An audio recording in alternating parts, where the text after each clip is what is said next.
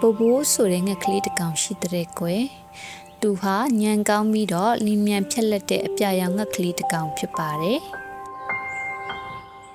သူကတော်ပြီမဲ့စိတ်မရှိတတ်တဲ့အကျင့်ဆိုးလေးတစ်ခုရှိတဲ့ကွယ်သူကြိုက်ဆုံးအစားအစာကတော့နေကြစီတွေပါပဲတမနက်မှာတော့ငှက်ကလေးပူပူရဲ့အမေဟာနေကြစီတွေကိုဘလို့ခုဆွတ်စားတော့ရမလဲဆိုတာသင်ပေးတဲ့ကွယ်အမေကတားရီနေကြပွင့်ကြီး6တွေ့ပြီးညိုမဲသွားတဲ့အထိစောင့်ရမယ်အဲ့ဒီအချိန်ကြာမှအစေတွေကရင့်မဲ့ပြီးခူရလွယ်မှလို့သင်ကြားပေးပါတယ်ဒါပေမဲ့ပူပူကမစောင့်နိုင်ပါဘူးနေကြပွင့်ကစိမ့်နေပြီမဲ့အခုချက်ချင်းစားကျင်စိမ့်နဲ့နှုတ်သီးနဲ့စိတ်လိုက်ပါတယ်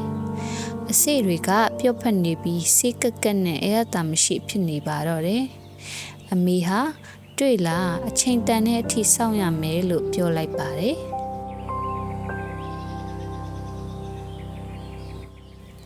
နောက်တနေ့မှာတော့စားကလေးတစ်ကောင်ကအရသာရှိတဲ့နေကြစီမဲမဲတွေကိုတဲလာတာတွေ့လိုက်ရပါတယ်။ဘူဘူကစားကလေးကိုဘယ်ကရတာလဲလို့မေးကြည့်လိုက်တော့စားကလေးကအပွင့်ကြီး6တွေ့သွားတဲ့အထိတစ်ပတ်လုံးလုံးစောင့်ခဲ့ရတာပါလို့ပြောပြလိုက်ပါတယ်။ဘူဘူကတော့တစ်ပတ်ကြီးများတော့မစောင့်နိုင်ပါဘူး။အပွင့်ကြီးတွေအစားအမြန်6တွေ့လွယ်မဲ့ပိန်ပိန်ပပအပွင့်တေးသေးလေးတစ်ခုကိုရှာတွေ့ပြီးအမြန်သွားစားလိုက်တယ်။အစေတွေက6တွေ့နေပြီမဲ့အသေးငယ်ပြီးခါတက်တက်ဖြစ်နေတယ်။သူများတွေတစ်ခေါက်ထဲနဲ့ရတဲ့အစာပမာဏကိုသူကတနာရီလောက်ကြိုးစားပန်းစားရှာဖွေနေရပါတော့တယ်။ရဲ့အနေငယ်ကြတဲ့အခါမှာတော့ဘူဘူရဲ့နေကြပွင့်အကြီးကြီးကညိုမဲပြီးရင်းမဲ့လာပါတော့တယ်။ဘူဘူရဲ့အမေကအပင်စီကိုပြန်တန်းသွားပြီးနေကြပွင့်ရဲ့အလေကိုဒါလေးတို့လိုက်ပါတော့တယ်။ချီမာပြီးရင်းမဲ့နေတဲ့နေကြစိမဲမဲလေးတွေကအလွယ်တကူပဲကြွေကြလာပါတော့တယ်။ဘူဘူသွားစားကြည့်တဲ့အခါမှာတော့အဲ့ဒီအစေတွေဟာသူစားဖို့သမျှထဲမှာအရသာအရှိဆုံးဖြစ်နေတာကိုတွေ့လိုက်ရပါတယ်။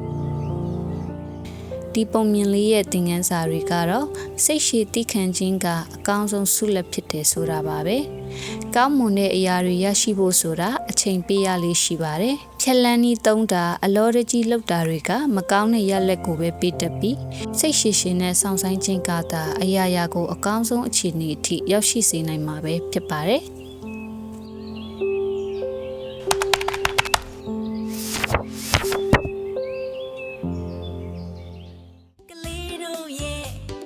Chill